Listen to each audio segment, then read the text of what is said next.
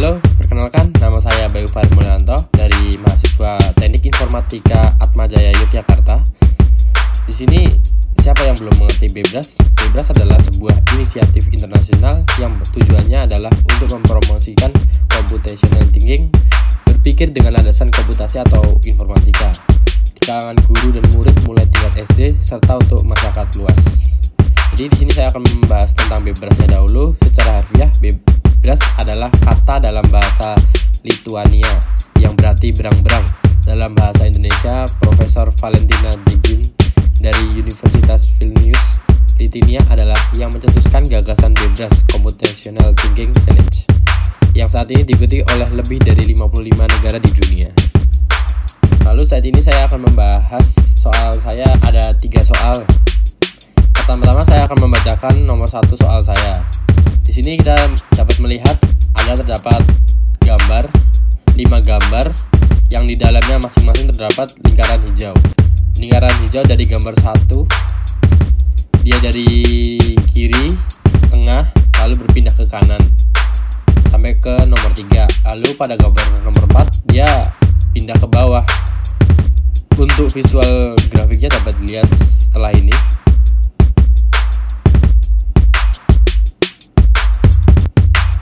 Untuk solusi untuk memecahkan soal ini, pada polanya kita dapat melihat gambar 1 lingkaran ada di pojok kiri atas, gambar 2 dia ada di tengah pojok atas, gambar 3 dia ada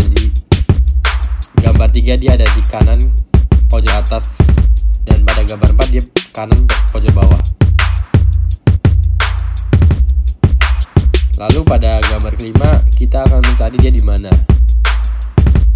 Jelasnya jawaban untuk soal ini dia berada di tengah pojok bawah seperti pada pola gambar 2. Dan kita bisa menebak juga untuk gambar nomor 6 seperti pola gambar 1, yaitu dia berada di kiri bawah.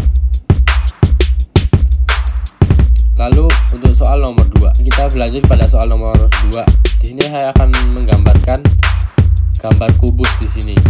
Di sini ada beberapa pola untuk membentuk kubus yang sempurna. Manakah gambar yang dapat membentuk kubus dengan sempurna?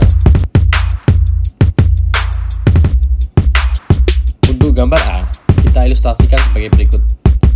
Sudah jelas tidak dapat membentuk kubus, dikarenakan ada 2 tata letak yang sama.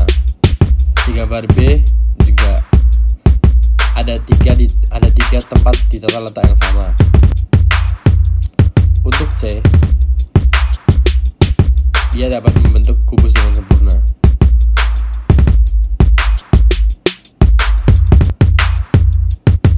Untuk D, dia juga tidak dapat membentuk kubus yang sempurna. Jawaban di sini adalah C, karena dia dapat membentuk kubus dengan sempurna.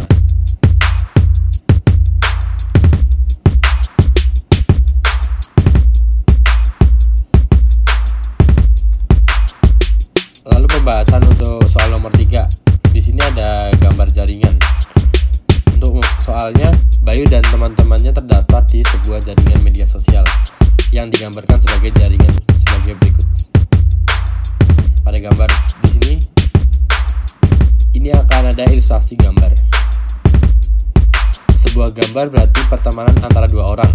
Contohnya, Monica adalah teman Bayu, tetapi Alex bukan teman Bayu. Aturan yang berlaku adalah jika seseorang berbagi foto dengan dari temannya, maka temannya itu dapat mengomentarinya. Jika seorang memberi komentar pada sebuah foto, maka semua teman-temannya dapat melihat komentar dan foto tersebut, tetapi tidak dapat mengomentari sampai mereka bisa. Bayu mengunggah sebuah foto. Dengan siapa dia harus? Bayu mengunggah sebuah foto. Dengan siapa dia harus berbagi agar Kevin tidak dapat melihatnya? Kita dapat membuat ilustrasi sebagai berikut. Untuk jawaban A, Dana, Felix. Nah, pada Felixnya dia berteman dengan Kevin, maka tidak bisa.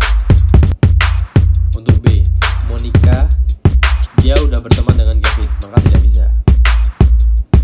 Untuk yang C, Dana, Evo,